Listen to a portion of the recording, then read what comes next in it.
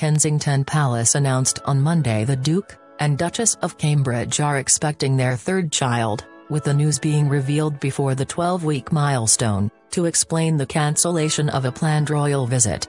Kate is suffering from the debilitating condition of Hyperemesis Gravidarum that saw her hospitalised while carrying her firstborn, Prince George.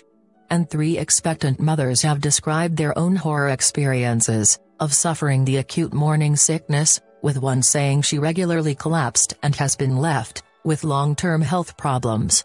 Bella Drew, of Norwich, Norfolk, has been vomiting as often as every 15 minutes during her pregnancy. She said, "My baby is due in just over 2 weeks' time.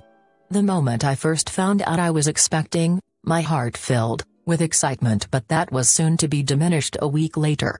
My experience of so-called morning sickness started at around 3 weeks. I couldn't keep anything down, but I was told that was normal.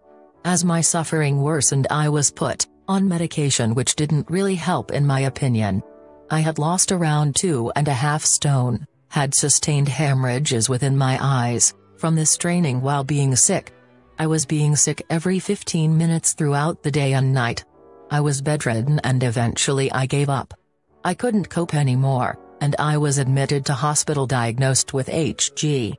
Despite all of the recent media attention, the condition is still massively misunderstood. I wouldn't wish this debilitating illness on anyone, and we really need to spread more awareness of the impact and symptoms of HG. Emma Eaton from Gosport, in Hampshire, is currently pregnant and suffering with HG. She said, "I was also hospitalized for 2 weeks in my last pregnancy, having almost died from starvation and dehydration.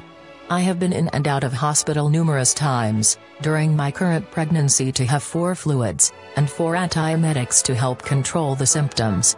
I have to take 2 different types of tablets to help prevent me from being sick, as I have been physically passing out and collapsing, also knocking myself out in the process. I believe there needs to be much greater awareness of this life-threatening condition amongst pregnant women and those who are planning to have children.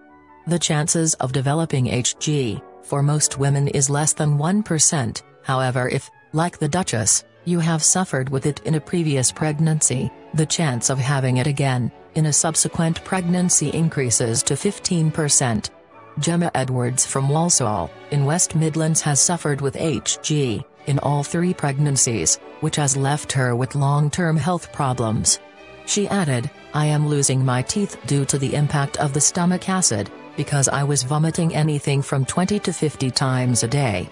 I was also hospitalized for weeks on end with ketonuria, ketones in my urine, a sign of dehydration, and my veins kept collapsing. This condition made me very ill, and my kidneys went into pre-failure, meaning my life was at risk, and also that of my children. This is a very serious condition, and more awareness of the long-term health risks it poses is much needed." The 3 women told their stories to Emma's Diary, a support resource for mums-to-be. Dr. Shauna Fannin, FRCGP, chair of the editorial board at Emma's Diary, said, "Every pregnancy is different, and whilst pregnancy sickness is extremely common, Hyperemesis Gravidarum, HG, only affects 1% of pregnant women, and is a condition at the extreme end of the pregnancy sickness scale. HG sufferers will vomit frequently, and can become dehydrated very quickly, so it is very important to seek urgent medical advice. In terms of adverse effects on the baby, experts say there are usually very few unless weight gain continues to be poor during the second half of pregnancy, or indeed the symptoms are more severe over a sustained period.